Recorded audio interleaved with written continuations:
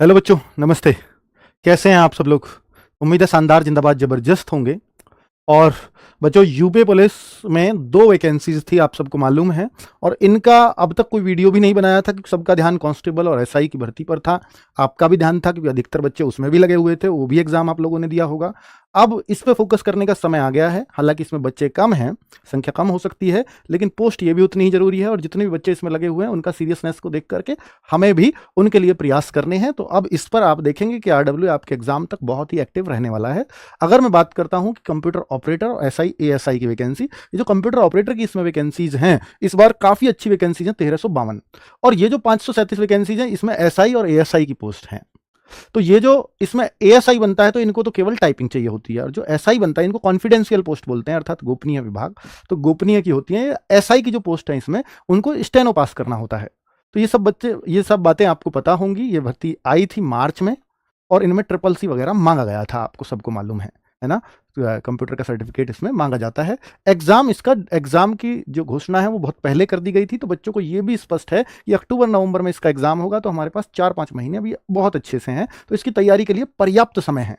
कैसे करेंगे वो तैयारी, तो वो भी बताऊंगा। बच्चों, कई बार बच्चों को ये वहम हो जाता है कि सर, जब मैं कांस्टेबल में मैं नहीं लगा, तो मैं क्या इसमें सेलेक्ट हो सकता हूं? मैं पिछला रिकॉर्ड आपको बता देता हूं कि ऐसे बहुत सारे बच्चे थे जो कांस्टेबल में नहीं लग पाए और इसमें सेलेक्ट हो गए थे।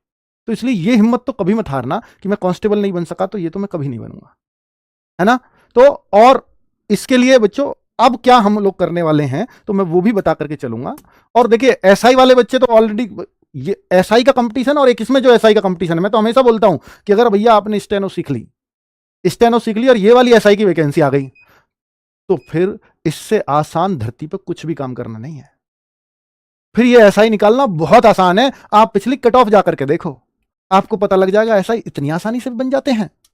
क्योंकि यहां स्टेनो ही बच्चे पास नहीं कर पाते, क्योंकि स्टेनो को भर तो देते हैं, ट्रिपल सी देख लेंगे, सीख लेंगे स्टेनो, और ये पता चलती है तो वहां हवा निकल जाती है। ठीक है, चलो। तो ये कंप्यूटर ऑपरेटर एसआई एएसआई की वैकेंसीज की बात करने आया हूं मैं।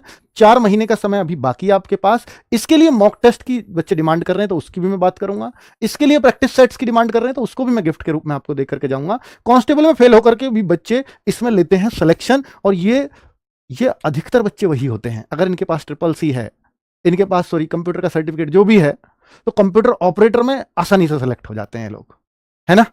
तो और ये एएसआई आसानी से बन जाते हैं अगर इसमें टाइपिंग आती है तो ये भर्तियों के बारे में क्या है, इसकी जानकारी आप सबको मालूम होगी कि 23 मार्च को इसका नोटिफिकेशन आया था, और तभी इसमें बता दिया गया था भैया ये अक्टूबर नवंबर में, 23 मार्च को, मतलब ये डेट बता दी गई थी, अक्टूबर नवंबर में आपका एग्जाम होगा। फॉर्म तो इसके पहले आ गए थे।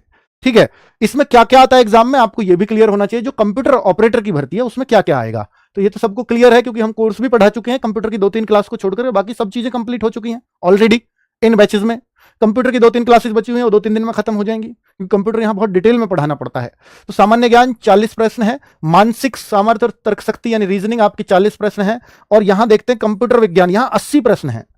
अगर इन सबको जोड़ें तो 80 और 80 160 प्रश्न बैठते हैं, बिल्कुल यूपीएसआई की तरह। लेकिन यहां ये 40 प्रश्न 50 अंक के, ये 40 प्रश्न 50 अंक के, और ये 80 प्रश्न 100 अंक के। बस उसकी तरह 400 अंक का नहीं होता पेपर, 200 अंक का होता है। ठीक है, कौन सा प्रश्न कितने अंक का है वो सब कुछ बता दिया, यानी 1.25 का एक प्रश्न होता है यहां पर। वहां यूपीएसआई में आपको मालूम है भाई, वहां 2.5 नंबर का एक क्वेश्चन होता है, 2 घंटे का ये पेपर होता है। तो ये कंप्यूटर ऑपरेटर की पूरी इन्होंने वो बता रखी है कि भाई क्या क्या है। ठीक है, अब आपको मैं एएसआई वाली पोस्ट के बारे में बता देता हूं। इसको भी 23 मार्च को ही बता दिया गया था कि आपका पेपर अक्टूबर नवंबर 2026 में कराया जाएगा। क्लियर है इसकी डेट्स पहले से ही। अब बात करते हैं कि भाई क्या क्या आएगा उसमें। तो हिंदी और कंप्यूटर ज्ञान दोनों में कंप्यूटर आता है, दोनों आधे आधे के आते हैं। 50 प्रश्न यहां पर 100 अंक का हो जाता है। यहां पर अगर मैं जीएस की बात करूं विद करंट अफेयर्स, तो 50 प्रश्न है, 100 अंक। यहां एक प्रश्न 2 अंक का होता है। संख्यात्मक यानी यहां पर मैथ भी है, पिछले वाले में मैथ कहीं नहीं था, तो यहां 50 प्रश्न 100 अंक के हो जाते हैं।